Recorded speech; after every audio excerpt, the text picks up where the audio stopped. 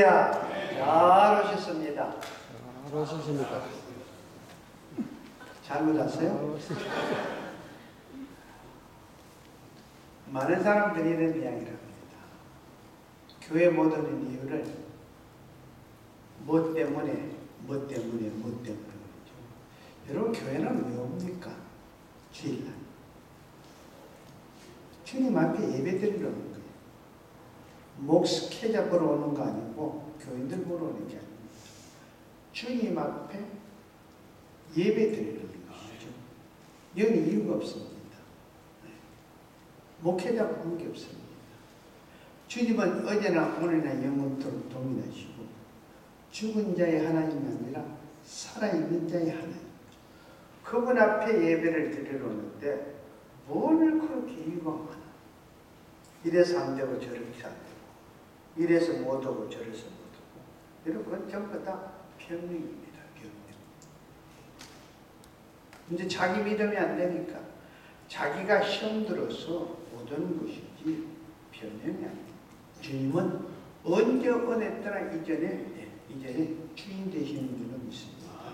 그분에게 와서 예배 드리는 거죠. 여러분들 또 오늘 주인 되시는 주인께 예배 드리러 오신 것이지 다른 것 아닙니다. 오늘 성도에게 우리 김영정 집사님 가정에서 뭘 맛있는 걸 만들었나? 그거 아니죠. 여러분, 절대 변명하지 마십시오. 우리가 인생을 산다는 것은 서로가 더불어 흘러가는 것입니다. 그런데 아무런 기대도 가치도 없이 흘러간다면 우리 삶은 아무런 의미가 없습니다. 우리의 삶의 의미를 가지려면 무엇인가 얻는 것이어야 되죠. 그리고 무엇인가 내가 살아가면서 남기는 것이 있어야 됩니다. 그래서 사람이 산다는 것은 무언가 얻으려고 추구하는 것이며 또한 무엇인가 남기려고 노력하는 것입니다. 아무것도 얻는 것이 없고 아무것도 남기는 것이 없다면 그같이 험하고 투상한 것이 없습니다. 오늘 우리가 읽은 본문은 솔로몬이 지은 노래입니다. 그래서 흔히들 솔로몬의 노래라고 합니다. 이 아가서는 시적으로 묘사되어 있기 때문에 꼭 문자적으로만 해석하면 그 시 안에 포함되어 있는 깊은 뜻을 이해할 수가 없습니다. 이 아가서에는 사랑이 노골적으로 표현된 부분이 많기 때문에 유대인들은 성인이 되기 전까지는 이 아가서를 읽으면 안 된다고 했습니다. 그런데 왕과 소리의 대화를 그리스도와 성도의 사이의 대화를 생각한다면 좀 현실감이 넘칩니다. 그래서 저는 오늘 이야기는 본문 1절에 10절 말씀을 가지고 시적인 것도 아니고 그 안에 문자적인 걸 가지고 오늘 은혜를 나누려고 합니다. 오늘 우리의 주시는 말씀은 포도원을 돌보라는 책임을 맡았던 한 소녀가 맡겨진 포도원을 제대로 관리하지 못한 것에 대한 변명을 하는 것입니다. 자기가 마땅히 돌보아야 할 포도원을 잘 돌보지 못하고 변명을 하고 있습니다. 이 포도원지기는 어쩌다가 내가 포도원지기가 되었나고 한탄을 했습니다. 곧 포도원지기가 된 것을 굉장히 못마땅합니다. 내가 왜 이런 포도원지기를 해야 되는가? 이 포도원지기하고는 나하고는 자기하고 맞지 않다는 것입니다. 그래서 오늘 보면 6절 말씀에 내 어미의 아들들이 나에게 노하여 포도원지기를 삼았습니다. 이처럼 자기를 위협해서 강제로 맡긴 것이기에 기쁨도 없고 보람도 찾지를 못하겠다는 것입니다. 여러분, 우리 인생은 한 번 났다가 한 번 죽기에 우리 목숨은 그 무엇보다도 존귀하고 소중한 것입니다. 딱 우리에게는 기회가 한 번 있습니다. 두 번 있는 것이 다릅니다. 그래서 한 번뿐인 나의 생애를 무엇을 위해서 어떻게 살 것이냐 하는 진지한 물음 앞에서 우리는 우리 스스로를 그 물음 앞에 세우셔야 됩니다. 우리가 예수를 믿음으로써 가장 크게 받은 축복은 뭡니까?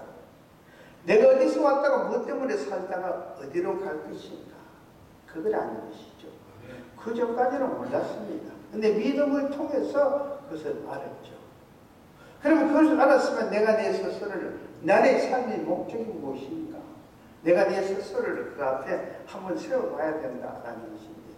이런 깨달음이 없는 사람은 꿈도 없습니다.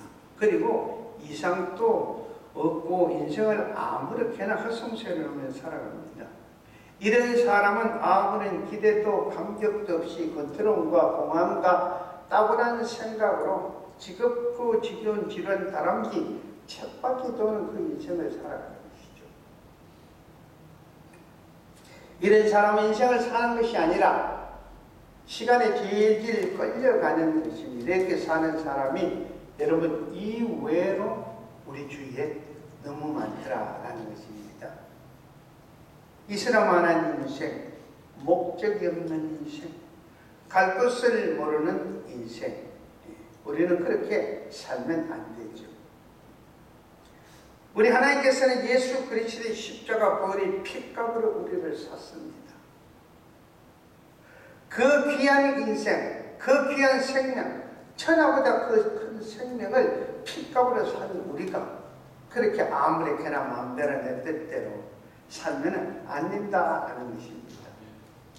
우리도 자식으로서 또는 부모로서 우리 자녀들이 그런 인생을 살라고 우리가 이 땅에 내한 것도 아니고, 그런 인생을 살라고 가르치는 것도 아니고, 그런 인생을 살라고 입히고 먹이고 자라게 한 것이 아니라는 것입니다.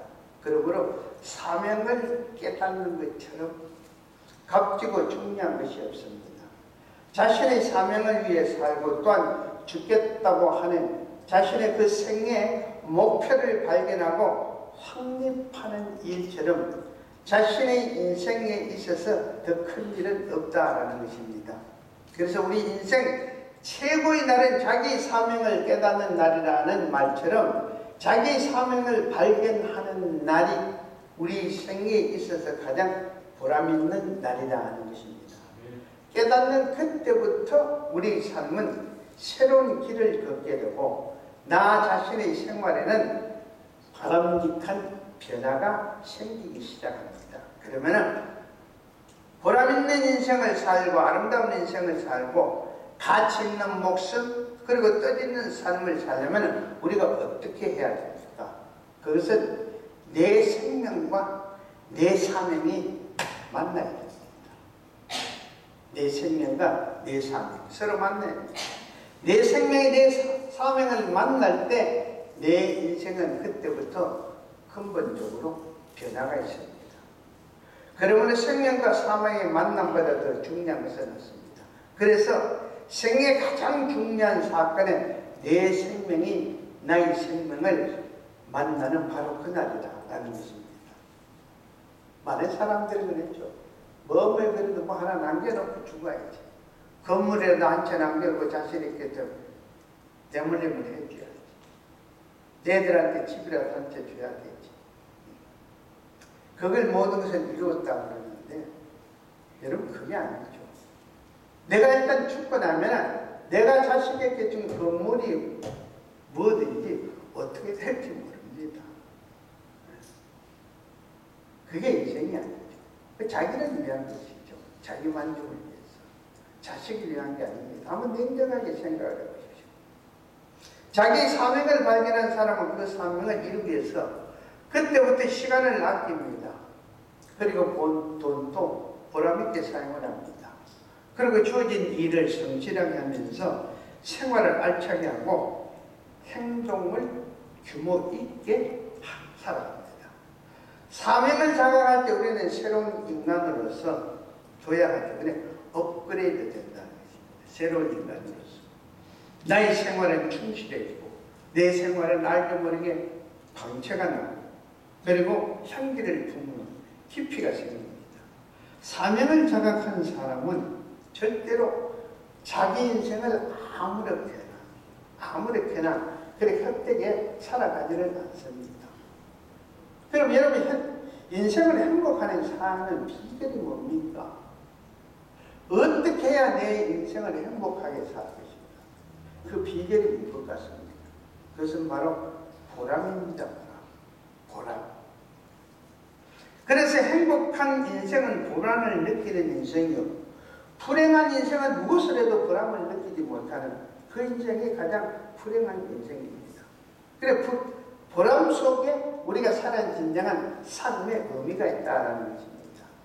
대부분의 사람들이 생각하고 말하기를 돈만 있으면 되지 못하죠. 돈만 있으면 안 되는 거 있나? 돈만 있으면 행복하다. 저 과연 그럴까요? 여러분 돈 있어 봤잖아요. 지금도 여러분 소유하고 있습니다. 근데 과연 그것이 여러분 진정한 행복을 갖다 줍니까? 아니, 사람은 보람을 느낄 때, 내가 살아가는 삶의 보람을 느낄 때, 내가 하고 있는 그 하는 일의 보람을 느낄 때, 그때 진정한 행복을 느낍니다.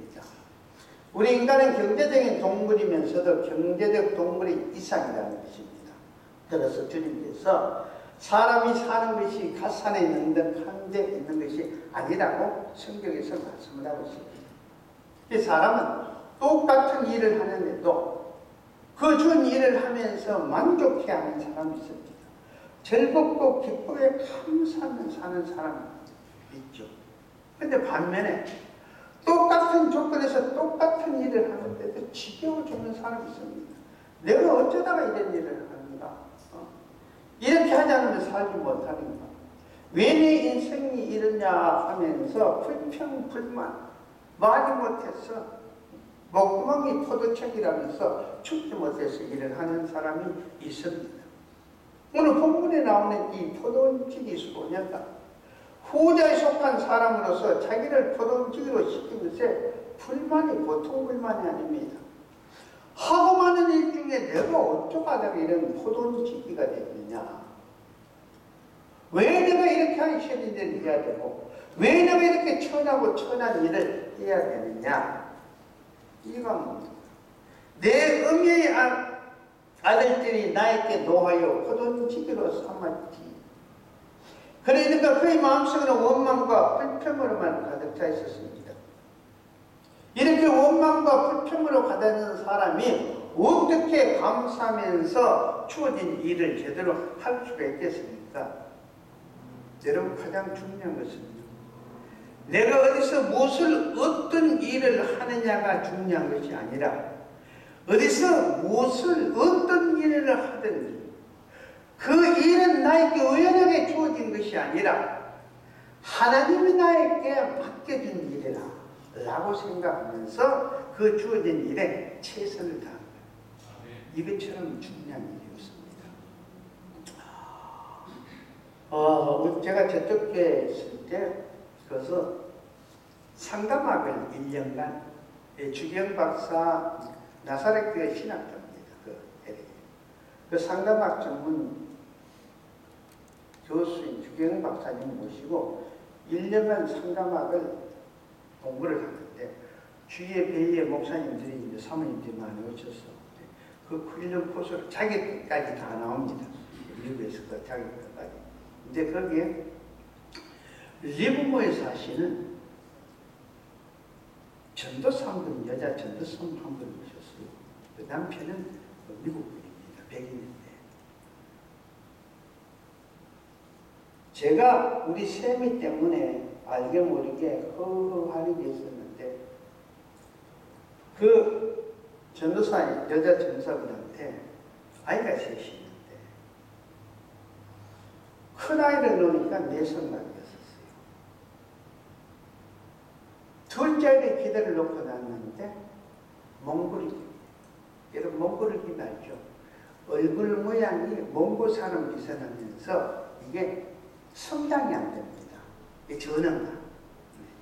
둘째는 또 몽골이. 마지막으로 셋째, 이번에는 하고 났는데 내가 그래서 잡혔죠. 내 셋을 낳는 하나는 내성마비, 하나는 몽골이죠. 하나는 잡혔죠. 여러분, 그 주어진 시간에 통성 기도를 하면요, 그 전도사님 부르짖는 그 부르짖음의 기도는요, 옆에서 들어도 가슴이 찢어져요. 울부짖는 기도. 그래서 저는 내가 세미가 있습니다. 어느 정도 좀 알잖아요. 그래서 한번 우리 주경 박사님이 그 전사님한테 간증을 하라 했더니 그 간증을 하는데 자살하려고 했대요. 정말 너무너무 괴로워서 왜 하나님이 나에게 이런 불행을 하고, 그런데 그걸 두고 울부짖고 기도하는 중에 하나님의 음성이 자기 가슴을 부딪히기를, 저 새 아이를 너가 아니면은 맡아줄 사람이 없기에 그래서 내가 너에게 맡겼다는 그 마음을 주세요. 그때부터 이 전도사님이 바뀌어버렸지. 하나님이 세상 사람들이 나를 어떻게 보다는 하나님이 나를 볼 이렇게 나를 인정을 해주셔서 이렇게 새 아이를, 하나는 내성마가 하나는 몽골이지만 하나는 잡대, 이렇게 나를 인정해서 맡겨줬구만 하는, 그때부터 그 새 아이를 보는 눈이 달라지고 그 새 아이가 그렇게 귀하더래요.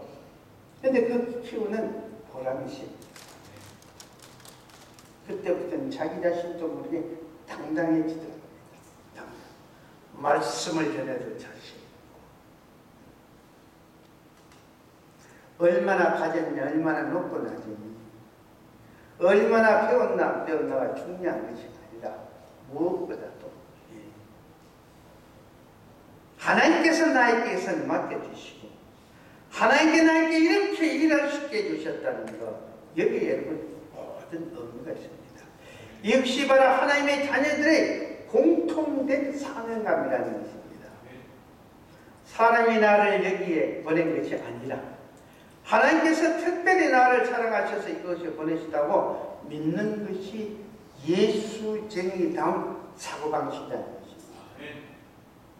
요셉이 아버지의 사랑을 독차지하면서 공원옷을 입고 있을 때 형들로부터 시기 질투를 받아서 결국 종으로 팔려갔습니다. 얼마나 가슴을 치면서 억울해야 됩니까?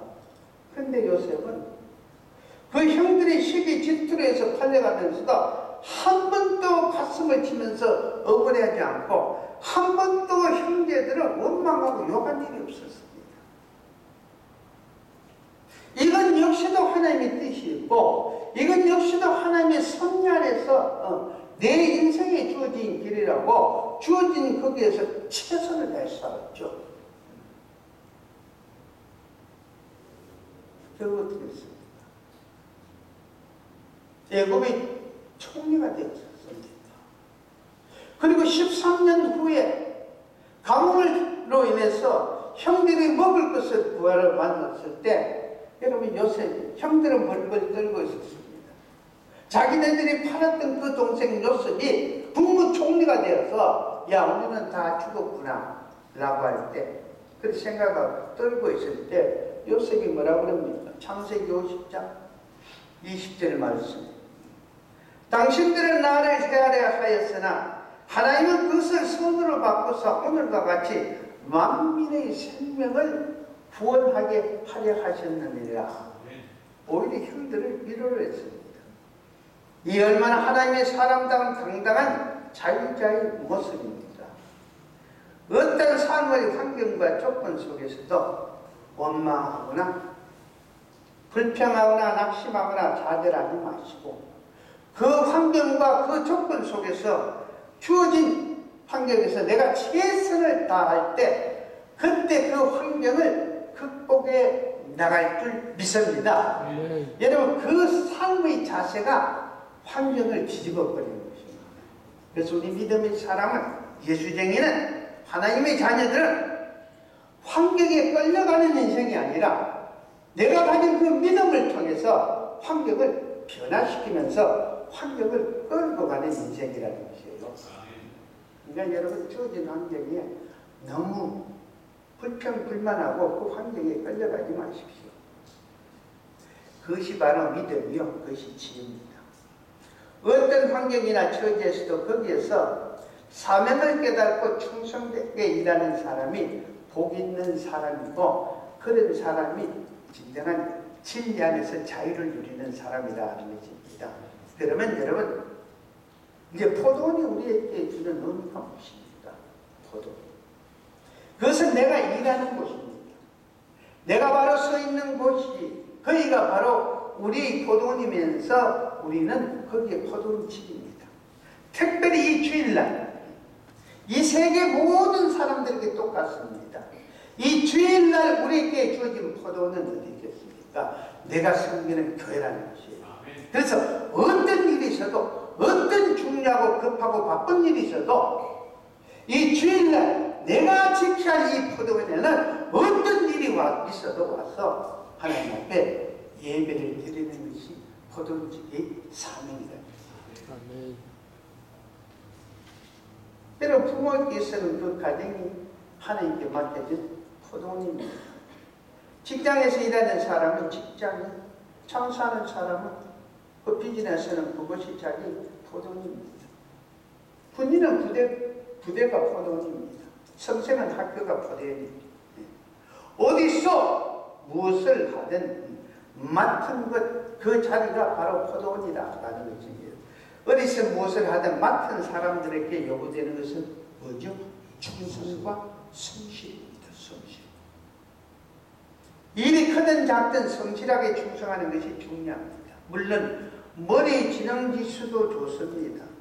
내가 가지고 있는 질도 중요합니다. 그러나 인생이라는 긴 마라톤을 통해서 바라보면은 여러분 이 성실과 그리고 열정 가지고 자기의 일에 올리려 하는 것처럼 해서 헌신하고 인내하느냐, 여기에 따라서 성공과 실패가 있고 그리고 승리와 자들이 결정되는 것입니다.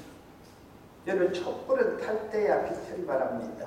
이처럼 우리도 가치 있고 보람된 일을 위해서는 우리 생명은 말씀에 순종해서 우리 스스로 예수적인 향기를 전해야 됩니다. 예수적인 향기를.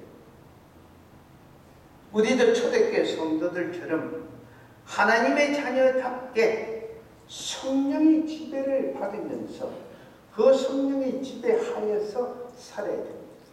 그 사도행전 2장 46절 47절 말씀에 날마다 마음을 같이 하여 성전에 모이기를 힘쓰고 집에서 떡을 떼며 기쁨과 순전한 마음으로 음식을 먹고 하나님을 찬미하며 또 온 백성에게 칭송을 받으니, 하나님의 자녀가 하나님의 자녀답게, 예수쟁이가 예수쟁이답게 살아가니까 그것을 보고 주께서 구원받는 사람을 날마다 더하게 하더라. 다른 사람은 노멘. 이 교회가 붕을 되기 위해서는 뭐랍니까? 내가 하나님의 자녀답게, 내가 예수님답게 살면은 남들이 나를 보고 아, 저 사람은 진짜구나. 그럼 뭡니까? 사람이 붙습니다. 사람. 나도 우리 장로님 다니는 교회 다녀야 되겠다. 나도 우리 집사님, 우리 권사님 다녀야 저 교회 다녀야 되겠다. 하면은 이 자리가 피해 있겠어요? 주여, 여러분 뭐냐면 꿈같은 이야기, 날 새는 이야기, 나랑 세워봅시다. 여러분 달렸어요? 다른 거 아닙니다. 내가 얼마만큼 믿음이 본이 되고, 내가 얼마만큼 믿음이 덕이 되고, 내가 얼마만큼 믿음의 디딤돌이 되느냐에 따라서 여러분 사람은 붙기도 하고 떨어져 나갑니다. 그래서 초대교회 역사가 오클랜드 우리 교회와 우리 주송길 교회에 나타날 줄로 믿습니다. 제가 매일매일 기도하는 거예요. 저녁, 아침, 저녁으로. 저 혼자 춤을 추니까 심심해요. 그러니까 이제 장로님들하고 우리 권사님 집사님 같이 춤춥시다. 그래서 이제 마지막 때 아닙니까? 가면 불을 붙여봅시다. 안 될 건 뭐 있어요. 우리가 하는 게 아니고 우리가 하면 하나님의 힘이십니다. 여러분 인생의 모든 위대한 것은 주어진 사명에 대한 순종의 열매로 순종 없이는 결코 하나님의 기적을 볼 수가 없습니다. 우리 모두는 하나같이 나그네 인생을 살아가는 것입니다. 이 땅의 나그네입니다. 요새는 백세 인생이라고 그러죠. 어찌됐든 백세가 되면 떠나야 합니다. 누구나 떠나야 할 때가 옵니다. 그러니까 우리는 언제든지 떠날 준비를 하면서 살아야 된다는 것이 떠날 준비. 근데 아직 내가 떠날 준비가 안 돼 있어요. 이거 굉장히 괴로운 거예요. 천국은 아름다운 곳이다. 천국은 아름다운 곳이라고 제가 설명하는 사람 아닙니까? 근데 그 아름다운 곳을 가는데 얼마나 좋습니까? 근데 막상 내가 가나 할까는 이게 아닌데 아니 좀 고백입니다. 제가 굉장히 그게 문제예요. 아직은 아닌데 제가 이번에 수술을 받고 그러면서 기도 하나 바뀐 게 있어요. 밤에 아파가지고 잠이 안 와서 나와가 리빙룸을 왔다 갔다 하면서 그 성화가 걸렸어.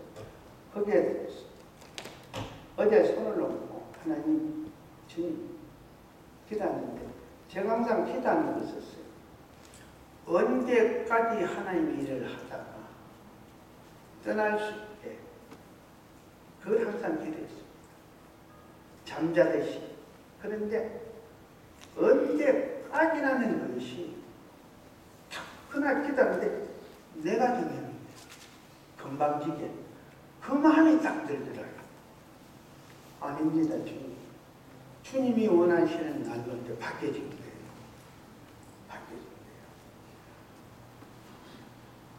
내 것을 요구하는 것이 아니라 하나님의 뜻을 요구하는 것입니다.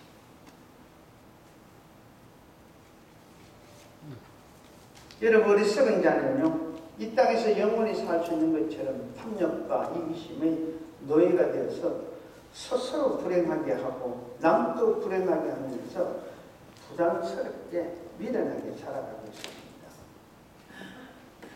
사람이 올 때 빈손으로 왔기 때문에 그 누구도 할 것 없이 갈 때도 역시 빈손으로 가기에 여러분 세계에서 가장 힘있는 대통령이 누굽니까?